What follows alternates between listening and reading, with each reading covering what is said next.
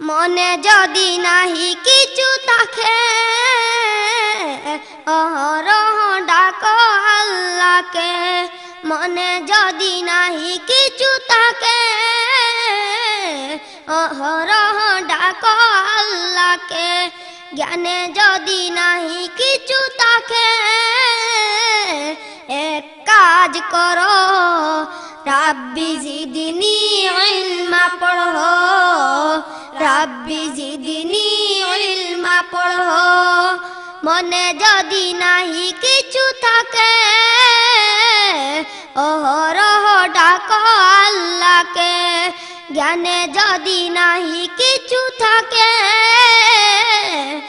এক কাজ করো রাব্বি জিদনি ইলমা পড়ো রাব্বি জিদনি ইলমা পড়ো একবার শতবার বারবার পড়ো পড়ো আর তার কথা স্মরণ করো একবার শতবার বারবার পড়ো পড়ো আর তার কথা স্মরণ করো তার নাম রহমান সব কিছু তার দান তার নাম রহমান সব কিছু আসসালামু আলাইকুম ওয়া রাহমাতুল্লাহি ওয়া বারাকাতুহু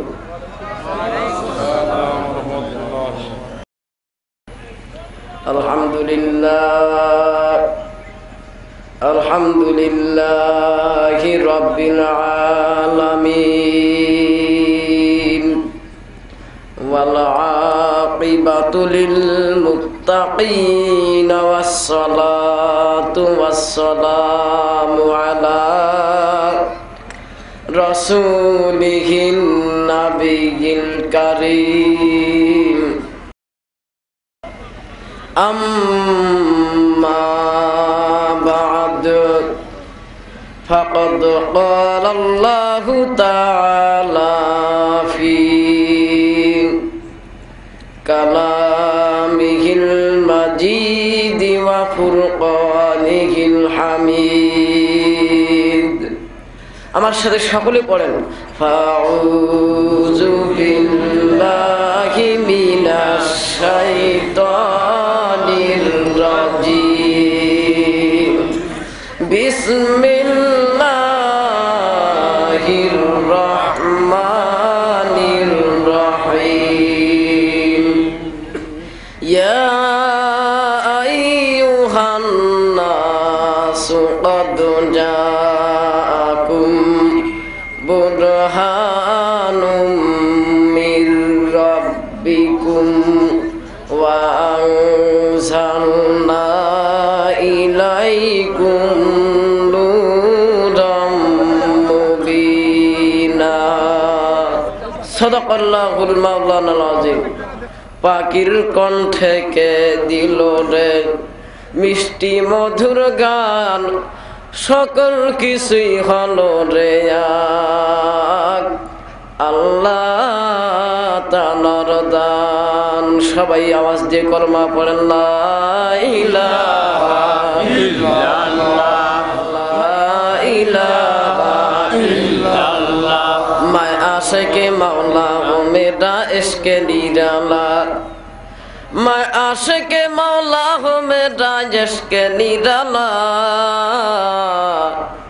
जुमला जहाँ जिनकी तसल्ली से उजाला कलमा पढ़ ला इलाहा इल्लल्लाह ला इलाहा इल्लल्लाह जिक्र हकिया मुद्गे जाई रूहेरा जिक्र हकिया मुद्गे जाई रूहेरा मरहमे आमुदी दिल मुजरूहेरा कलमा पढ़ ला इलाहा इल्लल्लाह ला इलाहा इल्लल्लाह ला इलाहा इल्लल्लाह मुहम्मदुर रासूलुल्लाह সকলে বলেন সাল্লাল্লাহু আলাইহি ওয়াসাল্লাম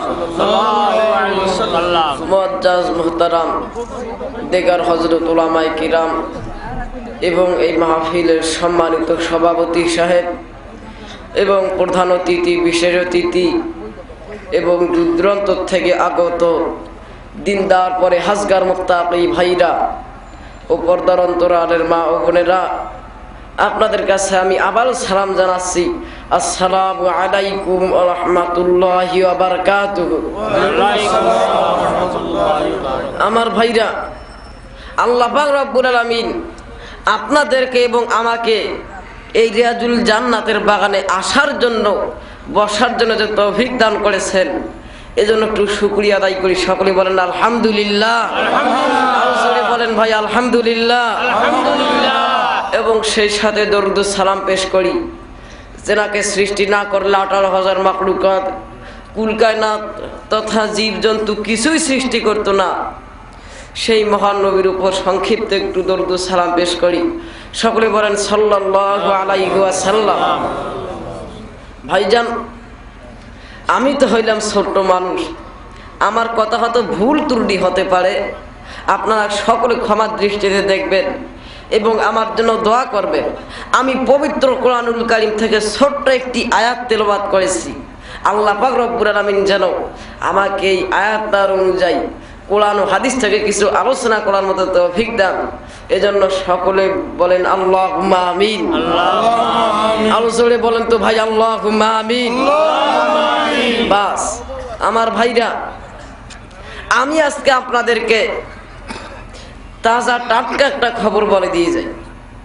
খবরটা হচ্ছে, যদি কোনো মানুষ বাসা থেকে এই কোরআনের মাহফিলের দিকে রওনা দেয় এবং এই কোরআনের মাহফিলে এসে সামিয়ানার ভেতরে বসে, সঙ্গে সঙ্গে আল্লাহর কতগুলো ফেরেশতা ওই বান্দার গোনাগুলি কাদের মধ্যে নিয়ে সামিয়ানার বাহিরে দাঁড়িয়ে থাকে। জোরে বলেন সুবহানাল্লাহ। যখন ফেরেশতারা দেখতেছেন যে ওই যে বান্দা বান্দি কোরআনের মাহফিলে বসছে, আল্লাহর বান্দা কোরআনের মাহফিলে বসছে আর উড়াউড়ি করতেছে না, তখন ফেরেশতারা সঙ্গে সঙ্গে আমার আল্লাহর দরবারে গিয়ে আল্লাহর কাছে বলে, আল্লাহ গো, ওই যে দেখো গো মাবুদ, তোমার বান্দা বান্দিরা কোরআনের মাহফিলে বসছে আর উড়াউড়ি করতেছে না। আল্লাহ গো, আমরা তোমার বান্দার গুনাহগুলি সহ্য করতে পারতেছি না। আমার আল্লাহ বলেন, রে ফেরেশতারা, যাও তোমরা আমার বান্দার গুনাহগুলি সাগরের মধ্যে নিক্ষেপ করে দাও। জোরে আর একবার বলেন সুবহানাল্লাহ। ভাইজান, আমার পূর্ববর্তী বক্তারা খুব সুন্দর সুন্দর আলোচনা করলেন, আমি শুনলাম। তো তা আমি এখন কি আর আলোচনা করি, কি আর আলোচনা করব? যা আলোচনা হওয়ার হয়ে গেছে। তো যাই হোক, আসছি যখন, আল্লাহ পাক রব্বুল আলামিন যেন আমাকে কোরআন ও হাদিস থেকে কিছু আলোচনা করার মতো তৌফিক দেন। এজন্য সকলে আর একবার বলেন তো আল্লাহুম্মা আমিন। বাস ভাইজান, হতে পারে আপনাদের আমার এটা শেষ মাহফিল এবং শেষ আখরি মুনাজাত। কেউ মেহেরবানি করে আখরি মুনাজাত না করা পর্যন্ত যাবেন না। ভাই রাজি আছেন তো? সকলে রাজি আছেন? কারা কারা রাজি আছেন আল্লাহর রাস্তায়? আল্লাহকে এখন হাত দেখান তো ভাই। লিল্লাহি তাকবীর। ভাইজান, সকলে একটু প্রাণ খুলে বলেন, সকলে ওয়াদা করলেন? জি জি, ওয়াদা পর খেলাপ করবেন না। আমার ভাইরা, আমি বলতে চাচ্ছি যে নবী হযরত দাউদ আলাইহিস সালামের ছেলে সন্তান হইল 18 হইতে 19 জন। কয়জন? 18 হইতে 19 জন। তো ওনার ছেলে সন্তানরা হঠাৎ করে একদিন বলতেছেন, আব্বা গো, আপনি তো করেন একজন নবী পয়গাম্বর, তা আপনারই তো আমরা ছেলে সন্তান, আপনারই তো আমরা ওয়ারিস। আব্বা গো, আমাদের মধ্যে কি কেউ নবী পয়গাম্বর হবে না আব্বা গো? হযরত দাউদ আলাইহিস সালাম বলেন, বাবা হবে একজন। কয়জন হবে? একজন। এখন একজন কার কথা বলেন? দাউদ আলাইহিস সালাম মহা একটা চিন্তায় পড়ে গেলেন, একজন কার কথা বলেন, বুঝতেই পারতেছেন না।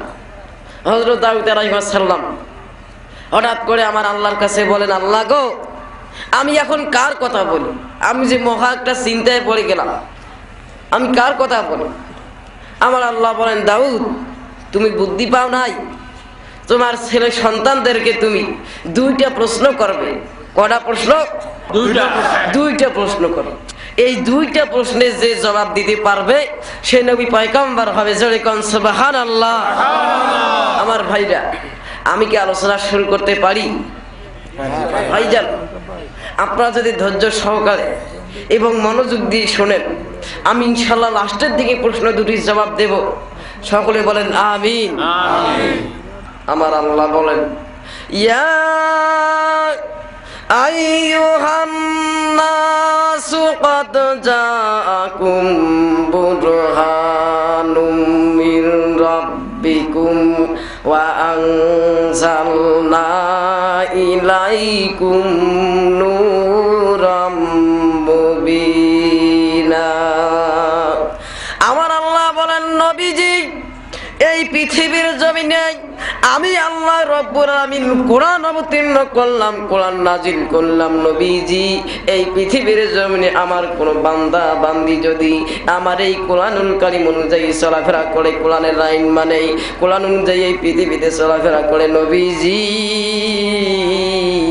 আর একটি হচ্ছে বোরহান, তার মানে বিশ্ব নবী।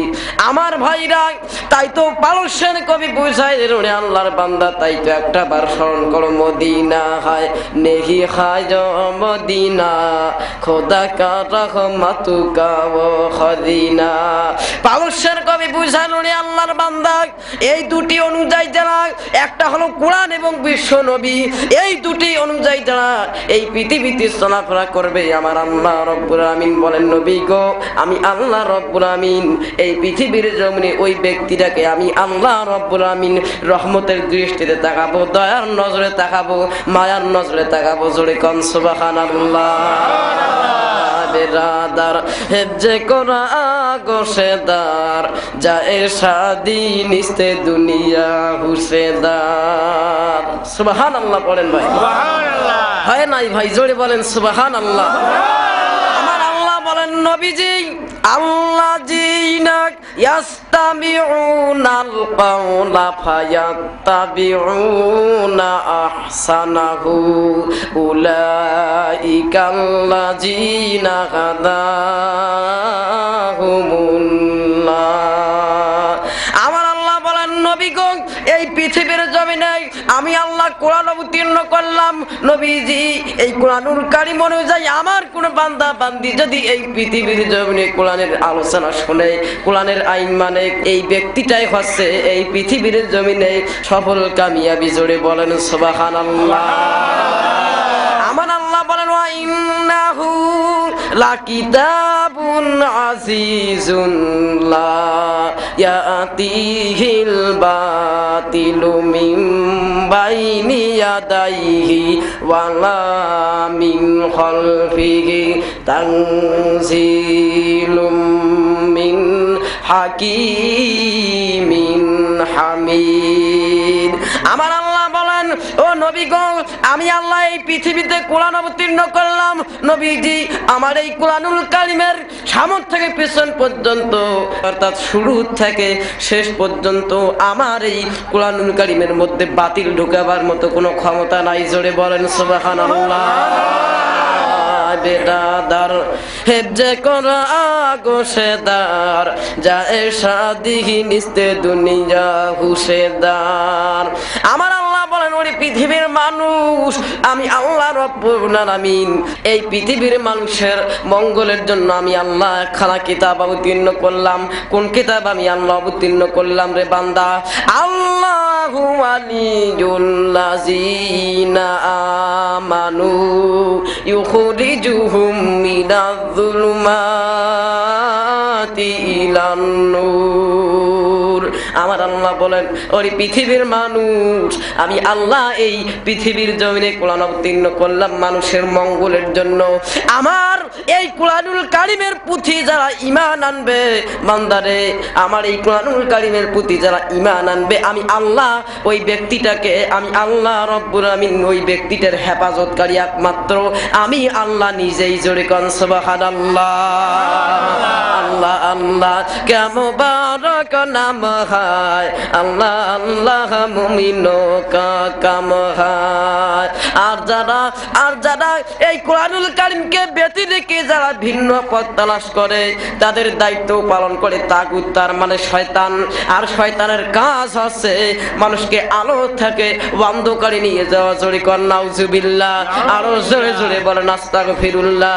যাচ্ছে যাদের ভিন্নতি হাওয়া লাগিয়াছে সম্পত্তি,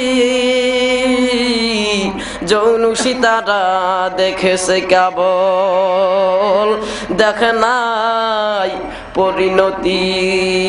আমার আল্লাহ বলেন বান্দা, আলিফ লাম রা কিতাবুন আনজালনাহু ইলাইকা লিতুখরিজান নাসা মিনাজ-যুলুমাতি ইলান নূর।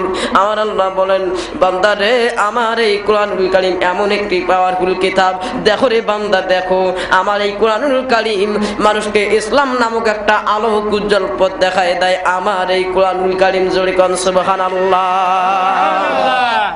আমার আল্লাহ বললেন নবী গো, আপনি এই পৃথিবীর মানুষকে জানায় দাও। নবীজি, পৃথিবীর মানুষকে আপনি জানায় দাও নবীজি, উল্লাউ কানাল বাহরু মিদাদাল লিকালিমাতি রাব্বি লানাফিদাল বাহরু ক্বাবলা আন তানফাদা কালিমাতু রাব্বি ওয়ালাউ জিনা বিমিসলিহি মাদাদা। আমার আল্লাহ বললেন নবীজি, এই পৃথিবীর মানুষকে আপনি জানায় দাও, ওরে পৃথিবীর মানুষ, সমুদ্রের পানিগুলো যদি কালি বানা যায়, আসমানটা যদি কাগজ বানা যায় নবীজি, তামাম পৃথিবীর গাছগুলি যদি কলম বানা যায় ও নবী গো, আর মানুষ যদি লিখতে থাকে, লিখতে লিখতে মানুষের হায়াত শেষ হয়ে যাবে নবী গো, তামাম পৃথিবীর গাছগুলো শেষ হয়ে যাবে, আসমানটা শেষ হয়ে যাবে, সমুদ্রের পানিগুলো শেষ হয়ে যাবে, তবু আমার বান্দা আমার এই কোরআনুল কারীমের ব্যাখ্যা নাকি শেষ করতে পারবে না। জোরে কোন সুবহানাল্লাহ। তাই তো Quran is the complete code of life. এই কোরআনুল কারীম হচ্ছে মানুষের জন্য একটি পূর্ণাঙ্গ জীবন ব্যবস্থা। জোরে আর একবার বলেন সুবহানাল্লাহ। যে এই কোরআনুল কারীম, আমি বলতে চেয়েছিলাম যে এই কোরআন যে এত বড় একটা বরকতপূর্ণ কিতাব, এই কোরআন যে এত বড় একটা সংবিধান, এক শ্রেণীর মানুষ আছে এই সংবিধানটাকে তারা মেনে নিতে চায় না। কি ভাই, এরকম লোক আছে না নাই? আছে, এরকম লোক আছে না নাই? মাথা গরম হয়ে যায় কোরআনের কথা শুনলে। তার মানে এরা হচ্ছে আবু জেহেল গ্রুপের লোক। কি ভাই, কথা ঠিক আছে? কথা বলেন ঠিক আছে? জি জি আমার ভাইরা, আবু জেহেল একদিন বলতেছেন মুহাম্মদ যে কোরআনের কথাগুলি বলে, এই কোরআনের কথাগুলি যে মুহাম্মদ বলে, এগুলি আল্লাহর কথা না এগুলি মুহাম্মাদের নিজের বানানো কথা? একটু না একটু শুনি। আবু জেহেল বলতেছেন, এই মনে মনে এই কথা ভেবে আবু জেহেল আল্লাহর নবীর দরবারে গেলেন। সুবহানাল্লাহ, সুবহানাল্লাহ বলেন সুবহানাল্লাহ। আবু জেহেল আল্লাহর নবীর দরবারে গিয়ে আল্লাহর নবীর ঘরের পাশে কান লাগিয়ে মুহাম্মাদের কোরআনুল কারীম তেলাওয়াত করা শুনতেছেন। আহারে, মুহাম্মদ এত সুন্দর মধুর কণ্ঠে কোরআনুল কারীম তেলাওয়াত করতেছেন। ও মুসলমান, ফজর হয়ে গেছে, ফজর হয়ে গেছে, আবু জেহেল ধরা পড়ে যাবে। আবু জেহেল চিন্তা করলেন এই তো সকাল হয়ে যাচ্ছে, অতএব না না আর থাকা যাবে না, আমি বাড়ি চলে যাই। এই কথা মনের মধ্যে ভেবেই আবু জেহেল বাড়ির দিকে রওনা দিলেন। চৌরাস্তার মধ্যে উদ্বা সাহেবা মুগিরের দেখা। এখন আবু জেহেল বলতেছেন যে উদ্বা সাহেবা তোমরা কোথায় গেছিলা? উদ্বা সাহেবা বলতেছেন যে হুজুর, আপনি যেখানে গেছিলেন আমরাও সেখানে গেছিলাম। জোরে বলেন সুবহানাল্লাহ। আমার ভাইরা, এখন আবু জেহেল বলতেছেন কেন রে, কেন? বলে হুজুর, উদ্বা সাহেবা বলতেছেন হুজুর, আমরা মুহাম্মাদের কোরআনুল কারীম তেলাওয়াত করা না শুনলে আমাদেরকে ভালো যে লাগে না। জোরে আর একবার বলেন সুবহানাল্লাহ। আবু জেহেল বলতেছেন যে আচ্ছা ঠিক আছে, আমি বুঝছি তোমরা পাগল হয়ে গেছো মুহাম্মাদের জন্য, আমি বুঝছি। তোমরা আমার হাতের মধ্যে হাত দাও, আজ থেকে আর কোনোদিন মুহাম্মাদের কোরআনুল কারীম তেলাওয়াত করা শুনতে আসবো না। আমার ভাইরা, এখন উতবা সাহেবা মুগিরা এরা সকলেই আবু জেহেলের হাতের মধ্যে হাত দিয়ে তওবা করলো, যার কোনোদিন আমরা মুহাম্মাদের কোরআনুল কারীম তেলাওয়াত করা শুনতে আসবো না। এখন আবু জেহেল পরের দিন মনে মনে ভাবলেন যে গতকাল তো উতবা সাহেবা মুগিরা, আবু সুফিয়ান, আবু লাহাব এরা তো সকলেই আমার হাতের মধ্যে হাত দিয়ে তওবা করেছে, কেউ আর মুহাম্মাদের কোরআনুল কারীম তেলাওয়াত করা শুনতে আসবে না। অতএব আজকে আমি একাই যাব, একাই গিয়ে আমি মন ভরে প্রাণ ভরে আমি মুহাম্মাদের কোরআন তেলাওয়াত করা শুনবো। জোরে বলেন সুবহানাল্লাহ। ভাইরা আমার, এখন আবু জেহেল এদিকে এই কথা মনের মধ্যে ভেবেছেন, আর এদিকে উতবা সাহেবা, আবু সুফিয়ান, আবু লাহাব এরাও ওই মনের মধ্যে একই কথা ভেবেছে যে গতকাল তো আবু জেহেল তওবা করেছে, আর জীবনে কোনোদিন মুহাম্মাদের দরবারে আসবে না কোরআন তেলাওয়াত করা শুনতে।